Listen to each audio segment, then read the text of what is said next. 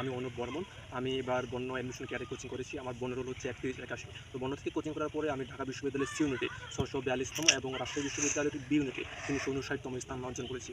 তো ২০২৪ batch, SSC ২৪ batch যারা বন্যে ভর্তি হতে চাচ্ছ বা বন্য ইতিমধ্যে ভর্তি হয়েছো, তারা মনে করতেছো যে বন্য কীরকম হবে বা অ্যাডমিশন টাইমে বন্য আপনার কীরকম সার্ভিস দেবে। এ সম্বন্ধে আমি যদি আমার ব্যক্তিগত অভিজ্ঞতাগুলো তুলে ধরি, যে বন্যের যে সার্ভিসগুলো আছে আপনি যদি প্রপারলি ইউজ করতে পারেন এবং আপনি যদি ব্যক্তিগতভাবে সঠিকভাবে পড়াশোনা করেন, আমি মনে করি আপনাকে হতাশ হতে হবে না।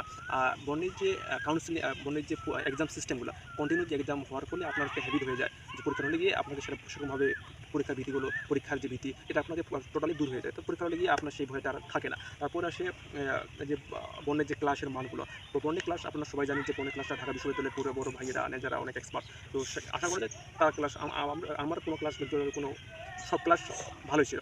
তারপরে সেটা সুমি আপু এবং সাইবুর ভাই যে কাউন্সিলিংগুলো, তো আপনার কোন জায়গায় ল্যাকিংস আছে বা কোন জায়গায় আপনার একটু দুর্বল আছে, কোন সাবজেক্ট বা কোন টপিকে আপনার সমস্যা আছে, তারা আপনাকে দেখিয়ে দেয় যে তোমার এই টপিকের সমস্যা বা এই টপিকের সমস্যা আছে, তুমি এই টপিকটা ভালো করে পড়ো তাহলে তোমার হয়ে যাবে। তো বন্য ব্যাপারে আমি বলবো যে আপনারা বন্য ইতিমধ্যে ভর্তি হয়েছেন বা হবেন, বন্য সম্পর্কে কোনো সন্দেহ না রাখাই ভালো। আপনি যদি ঠিকভাবে পড়াশোনা করেন বা আপনার যদি একটা পরিশ্রমী মনোভাব থাকে, তাহলে বলবো আপনি বন্য আপনার জন্য প্রপার। তো বন্য নিঃসন্দেহে আপনার জন্য ভালো হবে। তো তারপরে সে যায় হোস্টেলে যে ব্যাপারটা, আপনি কোন হোস্টেলে থাকবেন। তো আমি ছিলাম হচ্ছে নীলসাগর হোস্টেলে। তো আমি আজকে নীলসাগর হোস্টেলে ব্যক্তিগত কিছু তো অভিজ্ঞতা আপনাদের শেয়ার করবো। যদি আপনি নীলসাগর ভর্তি হতে চাচ্ছেন বা হবেন, তো নীলসাগর হোস্টেল আপনার জন্য কেমন হবে। তো বলবো নীলসাগর হোস্টেলে প্রথমেই যে এসে যায় খাওয়ার মানটা, নীলসাগর হোস্টেলের খাওয়ার মান আশা করা যায় অনেক ভালো, অনেক ভালো। আমি ছিলাম নীলসাগর হোস্টেলে। তো আমার যে ৪-৫ মাস আমি ছিলাম, তো খাওয়া দাওয়ার ব্যাপারে আমার তেমন কোনো সমস্যা হয়নি। তারপরে এসে যাই, তো বন্যের যে পড়াশোনার পরিবেশটা কীরকম আসলে একটা ফ্লোরে যে আমরা থাকি, যে কয়জন থাকি, তো পড়াশোনার পরিবেশটা ভালো। পড়াশোনার পরিবেশ ভালো। এখানে রুম হচ্ছে আপনার হচ্ছে ৪টা। এটা হচ্ছে সিঙ্গেল রুম, ড্রয়িং, কমন এবং হচ্ছে অ্যাটাচ রুম। এই পড়াশোনার পরিবেশ কমনে হচ্ছে আপনার হচ্ছে ৩ জন, অ্যাটাচে ৩ জন, সিঙ্গেলে ১ জন, আর যে ড্রয়িংয়ে ৩ জন থাকে।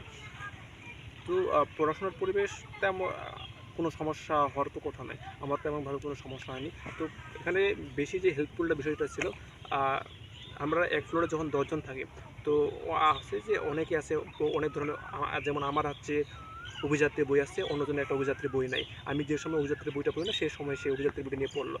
যে একটা সহযোগিতার মনোভাব, এক্ষেত্রে আপনাকে হয়তো হতে পারে যে অনেক বই আপনার কেনাই লাগবে না। তো আপনি আপনার যে ফ্রেন্ডের বইগুলো আছে, যে আপনার যদি ফিনান্সিয়াল একটু ক্রাইসিস থাকে, তো আপনি সেই বইগুলো পড়েই আপনি কিন্তু কাভার করতে পারবেন। তো এটা কিন্তু অনেক হেল্পফুল।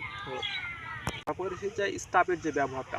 স্টাফের ব্যবহার যারা মনে করে যেটা রাঁধুনি আছে বা আমাদের নীলসাগর হোস্টেলের যে ম্যানেজার কি পরিচালক শাকিল ভাই বা ম্যানেজার আছে আলহাজ ভাই, ইমন ভাই, এরা যারা আছে এরা খুবই বন্ধুসুলভ। আপনার যে কোনো প্রয়োজনে আপনার যদি মনে করেন যে অনেক সময় আছে অনেকে হঠাৎ করে অসুস্থ হয়ে গেল, এই যে প্রাথমিক ট্রিটমেন্ট পর্যন্ত তারা দিয়ে থাকেন এবং আপনার যদি খুব সিরিয়াস হতে আপনাকে মেডিকেল পর্যন্ত নিয়ে যাবে, হসপিটাল পর্যন্ত ট্রিটমেন্ট করে আপনার ঘরে। এই সম্বন্ধে বলা যায় যে নীলসাগর হোস্টেল একেবারে একটা বন্ধুসুলভ যে পরিবেশটা আছে, আপনাকে অ্যাডমিশন আপনার যে ব্যক্তিগত যে সমস্যাগুলো আছে তারা সেটাকে তদারকি করবে।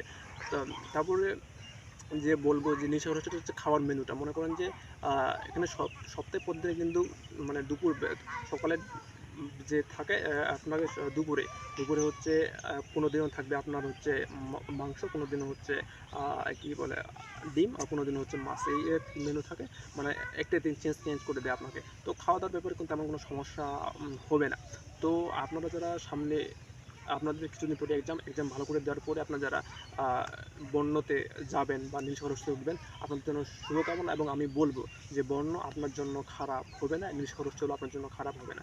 আপনি যদি সঠিকভাবে একটা পরিশ্রমী মনোভাব নিয়ে এই ৪ থেকে ৫ মাস পড়াশোনা করতে পারেন, আপনি সফল হবেন। আপনাদের জন্য শুভকামনা। ধন্যবাদ।